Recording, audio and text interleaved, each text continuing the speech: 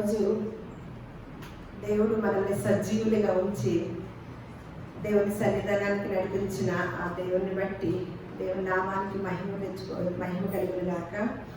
మనల్ని ప్రాణాలతో ఉంచడమే మనకిచ్చిన దేవుడిచ్చిన ఆశీర్వాదం అన్నమాట. ఎంత బంగారం ఉన్నా అంత పొలం ఉన్నా మనం ప్రాణాలతో లేవనుకోండి ఉపయోగం ఉంటుందా? అన్నిటికన్నా మనం ప్రాణముతో ఉండటం ముఖ్యం అన్నమాట. ఏదైనా తిని బ్రతుకుతాం. అలాంటిది ఈ టైంలో ఎంతో మందిని బయట ప్రపంచంలో చూసినట్లయితే ఎంతో మంది ఈ లోకంలో విడిచి వెళ్ళిపోయిన వారు ఉన్నారన్నమాట. కానీ మనకైతే ఇంత ప్రశాంతమైన వాతావరణాన్ని దేవుని సన్నిధానంలో ఉండి దేవుని మాటలు వినే గొప్ప ఆధిక్యతను మన ఒంట్లకి దేవుడు అనుగ్రహించిన విధానాన్ని బట్టి ఆయనకే మహిమ ఘనత ప్రభావములు చెందుగాక. మీ అందరికీ కూడా నా హృదయపూర్వకమైన వందనాలు తెలియజేస్తూ ఈరోజు మనం ఒక పాఠం నేర్చుకుంటాము. అయితే దానికి ముందు ఒక చిన్న ఉపమానం చూద్దాము. ఒక గురువు గారి దగ్గర శిష్యులు సృజనాత్మకత అనే విధానాన్ని నేర్చుకున్నారంట. నేర్చుకున్న తర్వాత ఆయన దగ్గర నేర్చుకున్న తర్వాత తన యొక్క ఆ పాఠాలు పూర్తయ్యాక శిష్యులకంట బాగా ఇదిగా ఉందంట, సంతోషంగా. ఎలాగా ఈ సృజనాత్మకత దేవుడి దగ్గర గురువు గారి దగ్గర ఎలా చూపించాలి అని గురువుగారు మేము నేర్చుకున్న పాఠాన్ని మీ ముందు తెలియచేయాలంటే ఎలాగా అని మాకు ఒక పరీక్ష పెట్టండి అని అడిగారంట శిష్యులు.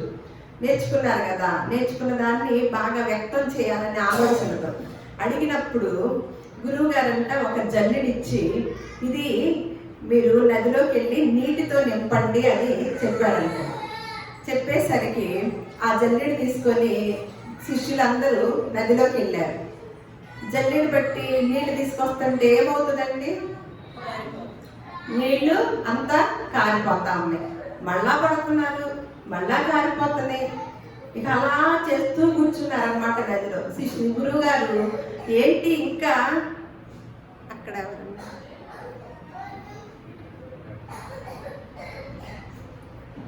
గురువుగారు వచ్చారండి. ఏంటి శిష్యులు ఇంకా రాలేదు, ఇదేంటి చాలాసేపు అయిందిగా, నేను పంపించాలి అనేసరికి వచ్చి చూస్తే శిష్యులు నదిలో ఆ జల్లెడితో నీళ్లు నింపుతానే ఉన్నారంట. పడతానే ఉన్నారు, పోతా ఉన్నాయి అన్నమాట. వచ్చి ఏ గురువుగారు మీరు చెప్పారు, కానీ నీళ్లు జల్లెడిచ్చి మమ్మల్ని నదిలో నీళ్లు పట్టమంటే ఎలా పడతామండి అని వాళ్ళు ప్రశ్న వేశారంట. ఆయన నవ్వి వెంటనే ఆ జల్లెడి తీసుకొని నదిలో అలా పెట్టి ఉంచారన్నమాట. ఆయన నేర్పిన పాఠం ఏంటండి? సృజనాత్మకత గురించి నేర్పించారు.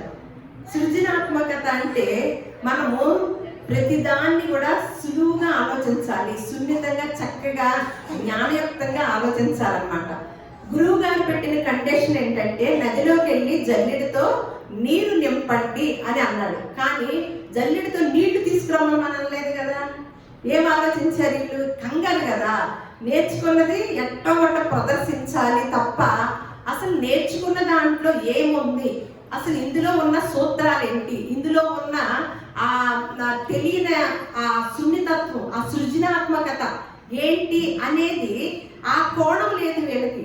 ఏ కాడికి బట్టి పట్టినట్టుగా నేర్చుకోవడము అలా అవడం అనమాట. అక్కడ శిష్యులు అంతే, మనము అంతేనమాట. అంటే గురువుగారు అన్నారన్నమాట, ఏంటి నేనేమో నీళ్లు నింపి తీసుకురామని అనలేదు కదా, మీరు దాని గురించి ఆలోచించాలి. నేనేమన్నాను? నదిలోకెళ్ళి జల్లెడని నీళ్లతో నింపండి అన్నాను, కానీ తీసుకురమ్మని అనలేదు కదా. చూడండి, మనం ఎన్నో పాఠాలు నేర్చుకుంటాం కదా. నేర్చుకున్నప్పుడు మనం కూడా మందిరంలోకి వస్తున్నాము. ఎన్నో బైబిల్ గ్రంథంలో ఉన్న విషయాలు ఎన్నో రకాలుగా మనం నేర్చుకుంటూ ఉంటాం. వాటిని మనం నేర్చుకున్న వాటిని దేవుడు చెప్పిన కోణంలో మనం ఆలోచిస్తున్నామా, మన కోణంలో మనం ఆలోచిస్తూ ఉన్నామా అనేది ఒక ఇంత పరిశీలన చేస్తే మనకి కూడా ఆ శిష్యులు లాంటి వారమే మనం కూడా. కాదంటారా? అవునంటారా? శిష్యులు లాంటి వారమేనా? అంతే, సరిగ్గా వినం కదా. ఎందుకు? దేవుని సన్నిధానానికి వచ్చినప్పుడు శ్రద్ధగా పెట్టి మాట వింటామా? మన ఇంటి దగ్గర ఏమో వదిలిపెట్టి వచ్చామో, లేకపోతే ఇంటి దగ్గర పని అయిందో లేదో, ఇది కూడా తీసుకొచ్చామనుకోండి, ఈ కాసేపన్నా ఈ మాటలలో ఉన్న సత్యము, సామర్థ్యము, శక్తి తెలుసుకోలేరన్నమాట. ఎందుకు ఈ మాట ఇలా చెప్తున్నా అంటే, దేవుని మాటలో ఉన్నంత గొప్పతనం ఉందండి. దేవుని మాటలోనే నిత్య జీవం ఉందండి. ఆ మాట మనల్ని బ్రతికించింది. అందుకని యోహాను సువార్తలో ఒక మాట ఉంటుంది, లేఖనములు యందే నిత్య జీవము కలదని తలంచుచు వాటిని పరిశోధించుడి అని తెలియజేశారు. మనం దేన్ని పరిశోధించుతాము? యోహాను సువార్త 5వ అధ్యాయం 39వ వచనంలో దండి నేను చెప్పింది. ఏమంటున్నాడు ఇక్కడ? లేఖనములు యందు నిత్య జీవము కలదని తలంచుచు వాటిని పరిశోధించుడి. లేఖనములు తప్ప అన్నిటిని పరిశోధించుతామా? అంతే కదా. లేఖనాలను పరిశోధించితే ఏం తెలుస్తుంది? దేవుడు ఏ కోణములైతే మనకి వాక్కులు పంపిస్తున్నాడో, లేఖనాలు తెలియచేస్తున్నారో, ఆ కోణాన్ని స్పష్టంగా అర్థం చేసుకుంటాం అన్నమాట. మనం ఏం చేస్తున్నామంటే, క్రైస్తవులమైన మనము వాక్యములు, లేఖనాలను తప్పించి మిగతా విషయాలన్నీ అడిగే పనిలోను, పరిశోధించే పనిలోను ఉండటం వలన మనము చాలా విషయాలు నేర్చుకోలేకపోతున్నామండి. అసలు మనం నిత్య రాజ్యానికే దేనితో ఉందంట సంబంధము? మనము నిత్య రాజ్యానికి, మనం స్వర్గానికి వెళ్ళాలంటే దేనితో అనుసంధానమై ఉంది? లేఖనములు యందే నిత్య జీవము కలదని మీరు తలంచి వాటిని ఏం చేయాలంట? పరిశోధించండి అని తెలియచేశారు యోహాను సువార్తలో. ఇప్పుడు మనం పాఠంలోకి వెళ్దాం. ప్రసంగి గ్రంథము 11వ అధ్యాయము 1వ వచనం చూద్దాం. ప్రసంగి గ్రంథము 11వ అధ్యాయము 1వ వచనం చూద్దాం. నీ ఆహారం నేల మీద వేయము, చాలా దినములైన తరువాత అది నీకు కనబడు. ఇది నేను ఒక చోట ఒక ఆవిడ చెప్పడం విన్నాను అనమాట దీని గురించి. ఇది ఈ మాట ఉంది కదా, ఈ మాటకి అర్థం ఏంటి అని ఒక ఆవిడని అడిగా.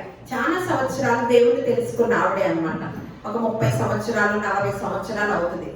అయితే నాకైతే తెలియదు, కానీ నేను ఒక పెద్ద మాస్టర్ గారు చెప్తూ విన్నాను అంది. ఏం చెప్పారు అన్నాను. అంటే నీళ్ళ మీద ఒక వాక్యం రాసి ఆయన సాక్ష్యం చెప్తూ చెప్పారంట.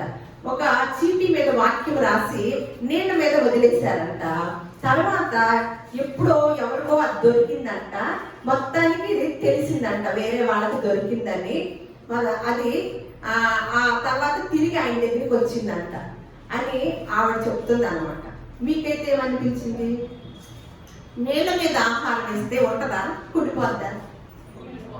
చూడండి, మనం రొట్టె వేసినా, అన్నం వేసినా, ఎవరి ప్రాంతంలో ఉన్న వారి ఆహారం నీళ్ళ మీద వేసామనుకోండి, చాలా దినములైన తర్వాత మళ్ళీ అది తిరిగి వచ్చిందా? మరి దీన్ని ఎలా ఆలోచించాలి? ఆ శిష్యుల్లాగా ఆలోచించాలా, సృజనాత్మకతగా ఆలోచించాలా? మనము అప్పుడు సృజనాత్మకంగా ఆలోచించామనుకోండి, ఏం తెలుసుకున్నాము? నేల మీద నీ ఆహారం నేల మీద వేయము, చాలా దినములైన తరువాత అది నీకు కనబడును అని. ముందు ఆహారం ఏంటో చూద్దాం అన్నమాట. మనం తిని ఆహారం వేస్తే కుదరదు. మరి ఈ ప్రసంగి గారంటే ఎవరండి? ప్రసంగి గ్రంథం రాసింది ఎవరు?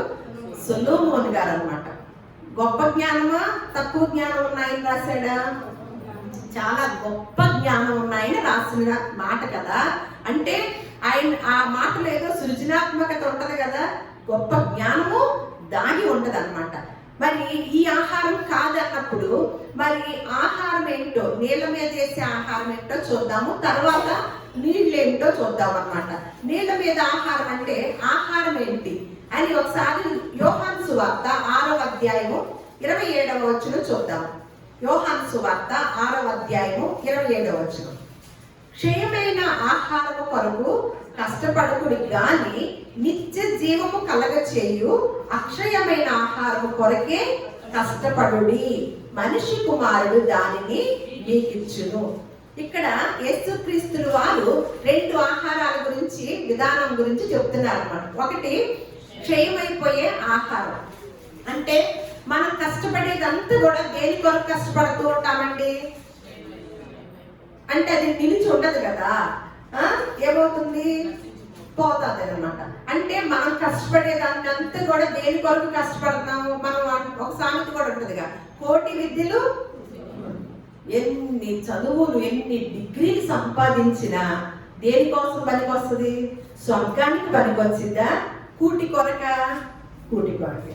అందుకని ఏమంటున్నాడు, మీరు ఆ యేసుక్రీస్తు వారు చెప్తున్నమాట, క్షయమైన ఆహారం కొరకు కష్టపడకూడదు కానీ మరి ఏమంటున్నాడంటే నిత్య జీవము కలగ చేయు అక్షయమైన ఆహారం కొరకే కష్టం. అక్షయ ఆహారం అంటే అది కుళ్ళిపోదు, పాడైపోదు అనమాట ఆ ఆహారం. మరి ఆ ఆహారం ఏంటండి? మళ్ళా అదే యోహాను సువార్తలోనే ఒక మాట ఉంటుందండి. ఏమనంటే అదే అధ్యాయము 35వ వచనం చూద్దాం. నేను చదువుతాను. యేసు వారితో ఇట్లనెను. 35వ వచనం 6వ అధ్యాయం చూడండి. యేసు వారితో అంటే అక్కడ ఉన్న శిష్యులతో అంటున్నారు అన్నమాట. ఇట్లనెను, జీవాహారము నేనే, నా యొద్దకు వచ్చువాడు ఏ మాత్రమును ఆకలిగొనడు అని చెప్తున్నాడు. ఏంటి మనిషి ఏంటి? జీవాహారం ఏంటండి? ఏమని చెప్తున్నాడు? అక్కడేమన్నా క్షయమైపోయే ఆహారం కొరకు కష్టపడద్దు, కానీ అక్షయమైన ఆహారం కొరకే మీరు కష్టపడండి. దాని కొరకు కష్టపడితే అది మీకేమిచ్చింది? నిత్య జీవాన్ని ఇచ్చింది అని స్పష్టం చేస్తూ ఇక్కడ ఏ ఆహారం గురించి చెప్తున్నారు. జీవాహారము నేనే, నా యొద్దకు వచ్చువాడు ఏ మాత్రమును ఆకలిగొనడు అని. అంటే ఇప్పుడు ఆహారం ఎవరని చెప్తున్నాడు? యేసుక్రీస్తు వారే అని చెప్తున్నారు అన్నమాట. అదే యోహాను సువార్త 1వ అధ్యాయము 1వ వచనంలో ఒక మాట ఉంటుంది. ఆది యందు వాక్యము ఉండెను, వాక్యము దేవుని యొద్ద ఉండెను, వాక్యము దేవుడై ఉండెను. మళ్ళీ అదే అధ్యాయం 14వ వచనం. ఆ వాక్యము శరీరధారి అయి కృపాసత్య సంపూర్ణుడిగా మన మధ్య నివసించెను. ఇప్పుడు అర్థమైందా? ఏమంటున్నాడు? నేనే జీవాహారం. జీవాహారం నేనే అన్నప్పుడు ఆది యందు ఏంటంట? వాక్యం ఉండెను, వాక్యము దేవుని యొద్ద ఉండెను, వాక్యము దేవుడై ఉండెను. ఆ వాక్యమే శరీరధారి అయి 2025 సంవత్సరాల క్రితము భూమి మీదకి వచ్చి కృపా సత్య సంపూర్ణుడిగా మన మధ్య నివాసం చేయటానికి దిగి వచ్చాడన్నమాట. ఇప్పుడు ఏమర్థమైంది మీకు? వాక్యం అంటే ఆహారం అంటే ఏమని అర్థమైంది? ఆహారం అంటే వాక్యం అని. మళ్ళీ కొంచెం వివరంగా తెలుసుకోవటానికి ఇంకా ఆహారం కొరకే చూద్దాం. ఒక మాట ఏమనంటే ఈ ఆహారం కొరకు హెస్కేలు గ్రంథం చూద్దాం. 3వ అధ్యాయము 1 నుంచి 3 వచనాలు చూద్దాం. హెస్కేలు గ్రంథం ఇంకా వివరంగా తెలుసుకోవడానికి మనం హెస్కేలు గ్రంథము 3వ అధ్యాయము 1 వచనం నుంచి 3 వచనాలు. మరియు ఆయన నాతో ఇలాగూ సెలవిచ్చెను, నరపుత్రుడా, నీకు కనబడిన దానిని భక్షించుము, ఈ గ్రంథమును భక్షించి ఇశ్రాయేలు ఎద్దకు పోయి వారికి ప్రకటన చేయి. ఏమంటున్నాడు ఇక్కడ? అక్కడ ఆగుదాము. ఆయన నాతో మాట్లాడాడంట, దేవుడు మాట్లాడి ఏమంటున్నాడు? నరపుత్రుడా, నీకు కనబడిన దానిని భక్షించుము అని చెప్తూ మళ్ళీ వివరణ అన్నమాట. ఈ గ్రంథమును భక్షించి ఇశ్రాయేలు ఎద్దకు పోయి వారికి ప్రకటన చేయము అని చెప్తూ మళ్ళా తర్వాత వచ్చాడు. నేను నోరు తెరవగా ఆయన ఆ గ్రంథము నాకు తినిపించి, నరపుత్రుడా, నేనిచ్చుచున్న ఈ గ్రంథమును ఆహారముగా తీసుకొని దానితో నీ కడుపు నింపుకొనమని నాతో సెలవయ్యగా నేను దాన్ని భక్షించితిని, అది నా నోటికి తేనె వలె మధురముగా ఉండేది. అంటే ఇక్కడ ఏమంటున్నాడు? దేన్ని భక్షించమంటున్నాడు? మనకేమి తెలుసు? ఎన్ని రకాల ఫుడ్ తెలుసు? నేను కొత్త రకం ఫుడ్ చెప్తున్నాడు అనమాట. మనకి చాలా రకాల ఫుడ్ తెలుసు కదా, కానీ ఈ ఫుడ్ ఎప్పుడన్నా తెలుసా? ఈ ఫుడ్ ఎప్పుడన్నా తిన్నారా? తింటున్నారా? ఎప్పుడెప్పుడు తింటున్నారు? ఒకసారి మనసులో మననం చేసుకోండి. మనం భౌతిక ఆహారం, శరీరానికి పనికొచ్చే ఆహారం ఎప్పుడెప్పుడు తింటున్నాం? రోజులో ఎన్ని పూటలు తింటాం? 3 పూటలు. 3 పూటల్లో ఒక రోజు మానేస్తే ఏం కలిగింది? నీరసం వచ్చింది. వారానికి ఒకసారి తింటే ఏమనిపించింది? ఎందుకు రోజు ఖర్చు ఎందుకు అని చెప్పి ఒకసారి ఇట్లాగే మీరు ఆదివారం వచ్చినట్లే వారానికి ఒకసారి తినంటే ఏమనిపించిందో? బాబు తింటావా వారానికి ఒకసారి? ఎప్పుడు తింటా? రోజు 1 పూట, 2 పూటలు, 3 పూటలు రకరకాలుగా తినేస్తాం. స్నాక్స్ ఉన్నా, బిర్యానీ ఉన్నా, ఏది ఉన్నా సరే, అంతే కదా. మరి ఆ ఆహారాన్ని తిన్నప్పుడు మరి మనకు కొత్త రకం ఫుడ్ చెప్పారు కదా, ఈ ఫుడ్ని ఎప్పుడెప్పుడు తింటున్నాము? వారానికి ఒకసారి ఇక్కడ పెడుతున్నారు కదా, అది కూడా ఎప్పుడు వస్తాము? లేటుగా వస్తాము. తర్వాత అది కూడా మనకి ఇష్టమైతే వస్తాం. కుదరలేదనుకోండి, పెద్ద వెసులుబాటు కుదరలేదనుకో, కాస్త ఇంట్లో చుట్టాలు వచ్చు, లేకపోతే కాస్త లేటుగా లేస్తే వెంటనే ఈ పూట ఏముంది మానేస్తాం. మరి ఈ ఆహారము, మనం తినే ఆహారము దేనికి సంబంధించింది? దేనికి బలాన్ని ఇచ్చింది? మనం తినే ఆహారము, మనం రోజు 3 పూట్ల తినే ఆహారము దేనికి బలాన్ని ఇచ్చింది? మరి యేసుక్రీస్తు వారు చెప్పిన జీవాహారం అది దేనికి బలాన్ని ఇచ్చింది? అందుకని యాకోబు రాసిన పత్రిక 1వ అధ్యాయము 21వ వచనంలో ఏమంటున్నాడంటే, మీ ఆత్మలను రక్షించుటకు శక్తి కలిగిన వాక్యమును సాత్వికముతో అంగీకరించండి అని ఇద్దారు. అంటే మన ఆత్మల్ని, మన శరీరాన్ని పోషించేది ఏ ఆహారమో? మనం తినే ఆహారం కదా, భౌతికమైన ఆహారం. మన ఆత్మలను పోషించే ఆహారం ఏదంటున్నాడు? మీ ఆత్మలను రక్షించే శక్తి కలిగిన వాక్యమును మీరు సాత్వికముతో మీరు అంగీకరించండి. మరి ఈ ఆత్మలను బలాన్నిచ్చే ఈ టానిక్ ని ఎన్ని రోజులకు తీసుకుంటున్నారు? అర్థమైందా మీకు? అర్థమైందా? ఎన్ని రోజులు తీసుకుంటాము? ఎన్ని రోజులు తీస్తాము? ఈయనేమంటున్నాడు యెహెజ్కేలు గ్రంథంలో, నేను నా నోరు తెరవగా ఆయన ఆ గ్రంథము నాకు తినిపించాడంట. నరపుత్రుడా, నేను ఇచ్చుచున్న ఈ గ్రంథమును ఆహారముగా తీసుకొని దానితో నీ కడుపు నింపుకో. అంటే నింపుకోగానే నాతో ఆ మాట సెలవుగానంటే ఆయనకి ఎలా అనిపించిందంట? దాన్ని నేను భక్షించి తిని అది నా నోటికి మధురముగా ఉందంటండి.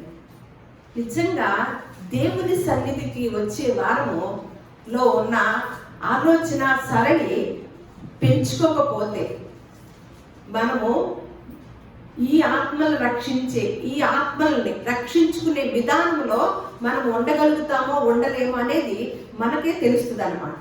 మన శరీరానికి ఏ విటమిన్ తగ్గినా కూడా ఎంత ఆతృతపడి ఏ డాక్టర్లు సంప్రదించి ఎన్ని రకాల విటమిన్లు ఉన్నాయో అన్ని రకాలు ఏది కొదవగా ఉంటాయి.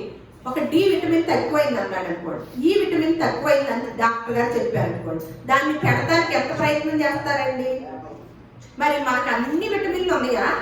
ఆత్మీయంగా ఉన్నాయా లేవా?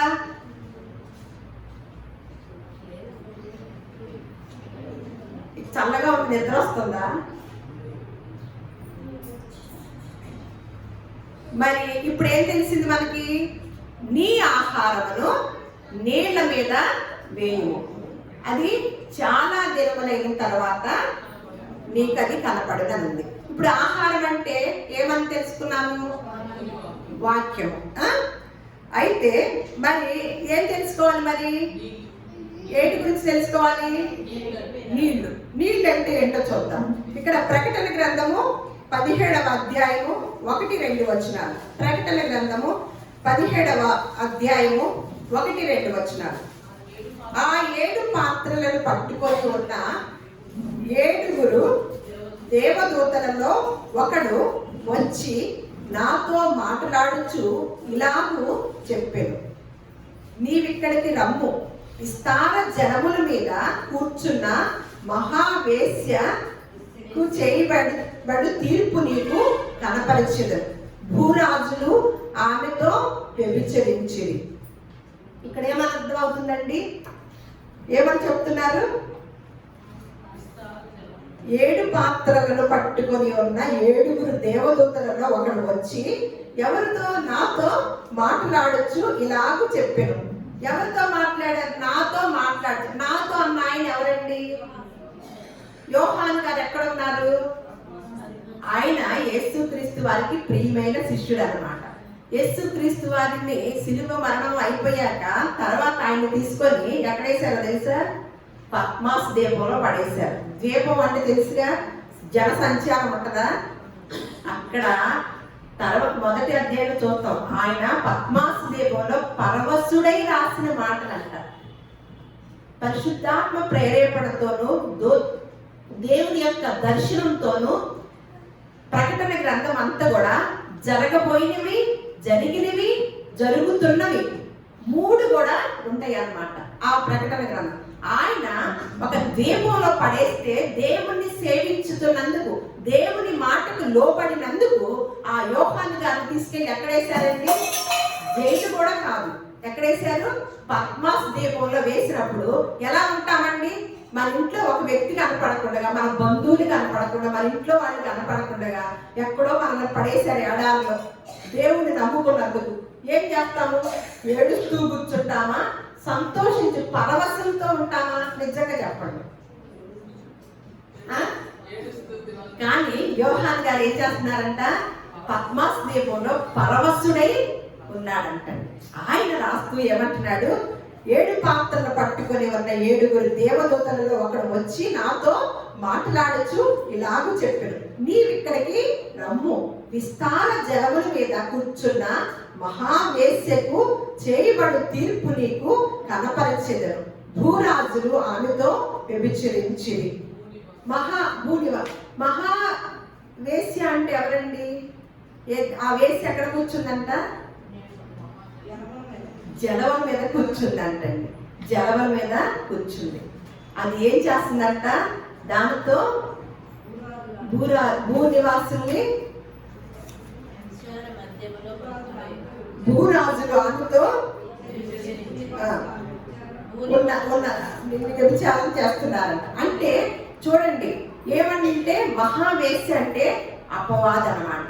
అపవాది ఎక్కడ కూర్చుందంట? జలముల మీద కూర్చుందంట.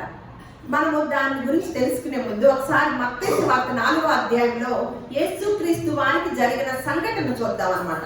మత్తయి సువార్త 4వ అధ్యాయం 8వ వచనంలో యేసుక్రీస్తు వారు 33.5 సంవత్సరాలు కదా భూలోకంలో జీవించింది. 30వ సంవత్సరంలో ఆయన బాప్తిసం తీసుకున్నప్పుడు వెంటనే అపవాది ఆయన్ని తీసుకొని వెళ్ళింది అనమాట. వెళ్ళి ఒక మాట అంటుంది. తర్వాత అధ్యాయం అంటారు, మరలా అపవాది అంటే అంత ముందు కూడా మాట్లాడింది అనమాట. మిగుల ఎత్తైన ఒక కొండ మీదకి ఆయనని తోడుకొని పోయి ఈ లోక రాజ్యములన్నిటినీ వాటి మహిమను ఆయనకు చూపి, నీవు సాగిలపడి నాకు నమస్కారం చేసిన ఎడల వీటినన్నిటినీ నీకు ఇచ్చిదనని ఆయనతో చెప్పగా, యేసు వానితో, సాతానా పొమ్ము, ప్రభువైన నీ దేవునికి మ్రొక్కి ఆయనను మాత్రము సేవింపవలనని రాయబడి ఉన్నది కదా అని చెప్తున్నాడు అనమాట. యేసుక్రీస్తు వారి సమాధానం వాక్యంతోనే సమానం. అంటే అప్పుడు యేసుక్రీస్తు వారిని తీసుకెళ్ళినప్పుడు ఏమని చెప్తుందండి అపవాది? ఈ లోకరాజ్యాలన్నీ ఆయన లేకుండా కలగలేదు కదా, కానీ ఎవరి ఆధీనంలో ఉంది అంట? యేసుక్రీస్తు వారు వచ్చినప్పటికీ ఎవరి ఆధీనంలో ఉంది? మరి నా నా నా నా పొలం అనుకోండి, పొలాన్ని చూపించేమంటాను, ఇదిగో నా పొలము నీకు ఇస్తాను, నాకు మొరక్కు అంటాం కదా. ఇప్పుడు ఎవరిదైంది ఇదంతా? రాజ్యం అంతా ఈ లోక రాజ్యములన్నిటినీ, అలాగే వాటి మహిమను ఆయనకు చూపెంట ఏమంటుంది అపవాది? దేవుణ్ణే, యేసుక్రీస్తు వారినే మాట్లాడుతుందన్నమాట ఆయనతోనే. అంటే మనం ఏ పార్టీ వాళ్ళమండి? అంటే యేసుక్రీస్తు వారి బాప్తిసం తీసుకునే సమయానికి లోక రాజ్యాలన్నీ ఎవరి ఆధీనంలో ఉన్నాయండి? అపవాది ఆధీనంలో ఉన్నాయి. అయితే మరి అపవాది ఎలా వచ్చాడో మళ్ళీ ఒకసారి చూద్దాం. ప్రకటన గ్రంథము 12వ అధ్యాయము 9వ వచనం. ప్రకటన గ్రంథము 12వ అధ్యాయము 9వ వచనం. కాగా సర్వలోకమును, ఆ అధ్యాయం అంతా తర్వాత చదువుకోండి, అపవాది గురించి ఉంటది. కాగా సర్వలోకమును అంటే యుద్ధం జరిగింది అనమాట. యుద్ధం జరిగిన తర్వాత సంఘటన. మోసపుచ్చుచు అపవాది అనియు సాతాననియు పేరు గల ఆది సర్పమైన ఆ మహాఘట సర్పము పడద్రోయబడెను. అది భూమి మీద పడద్రోయబడెను, దాని దూతలు దానితో కూడా పడద్రోయబడెను. యుద్ధం జరిగిందంట. అక్కడ యుద్ధంలో అక్కడ దేవుడితో గెలవలేకపోయేసరికి ఎక్కడికి వచ్చి చోటు తీసుకుంది? ఎక్కడికి వచ్చి పడిందంట?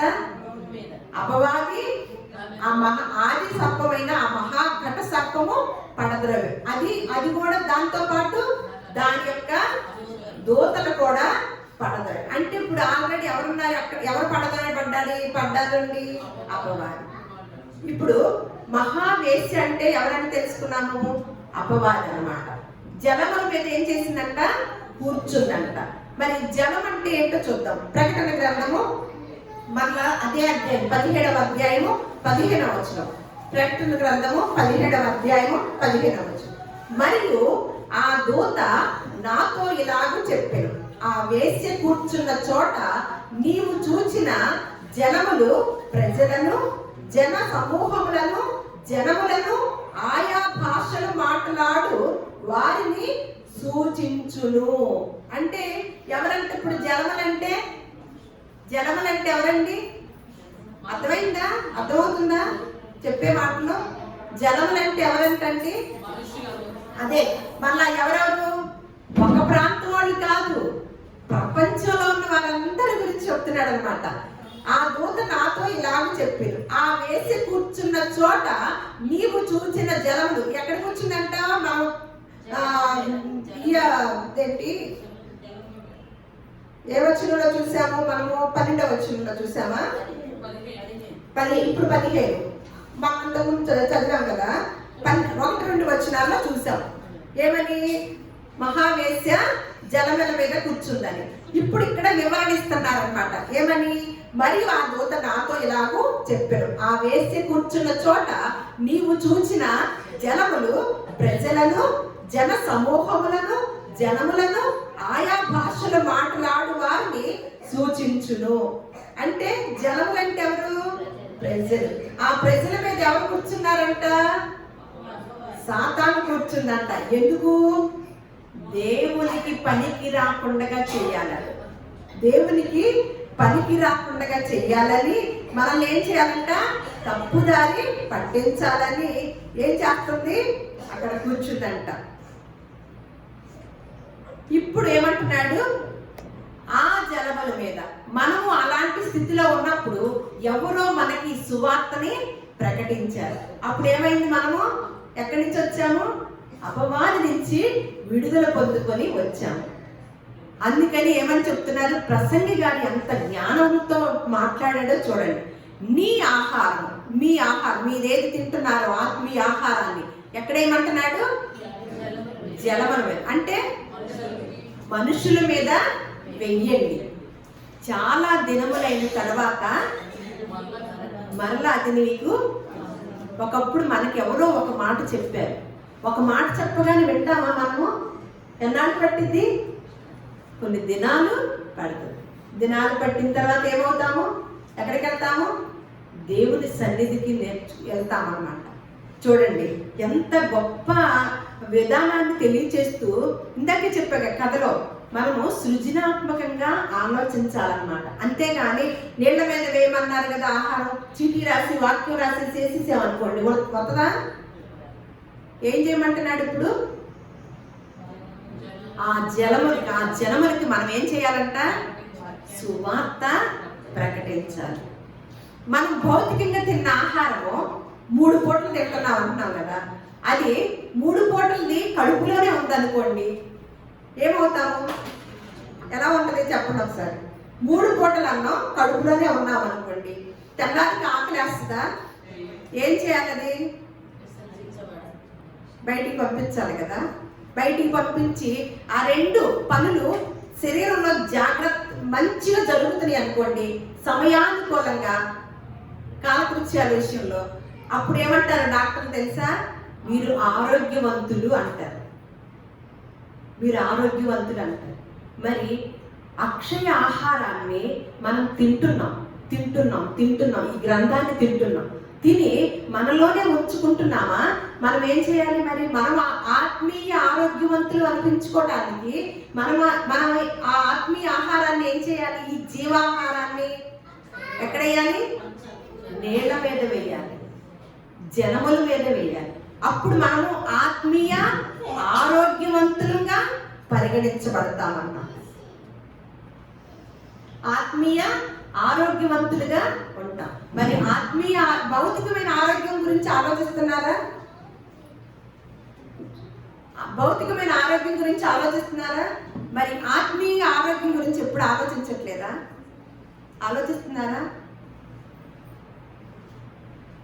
అందుకనే ఒక మాట మనకి బయట ప్రపంచంలో ఏం చెప్తున్నారంటే, చివరిగా ఈ ఒక మాట చూసి మనం ముగించుకుందాము. మనకి ఏం మాటలు చెప్తున్నారో నేను వచ్చే వారం ఒక విషయాన్ని చెప్పాలనుకుంటున్నాను. పోయిన వారంలో నేను ఒక వీడియో చూస్తున్నప్పుడు ఒక వ్యక్తి, ఒక స్త్రీ ప్రతి ఇంటికి కూడా, అది కూడా చదువు రాని వారి దగ్గరికి వెళ్ళి, ఇంటింటికి వెళ్ళి యేసుక్రీస్తు వారు దేవుడే కాదు, బైబిల్ గ్రంథము నిజమైన గ్రంథమే కాదు, ఆయన అంతా కల్పిత దేవుడు అని చెప్తూ వస్తుందన్నమాట. వచ్చి వాళ్ళ దగ్గరికి వెళ్ళి బొట్టు పెడుతూ, మీరు ఎందుకు బొట్టు తీసేస్తున్నారు? బొట్టు పెట్టుకోవద్దని ఏమన్నా చెప్పారా? మీ బైబిల్లో రాసి ఉందా అని చెప్తూ ఆవిడ అందరినీ కూడా ప్రశ్నించుతూ ఉందన్నమాట.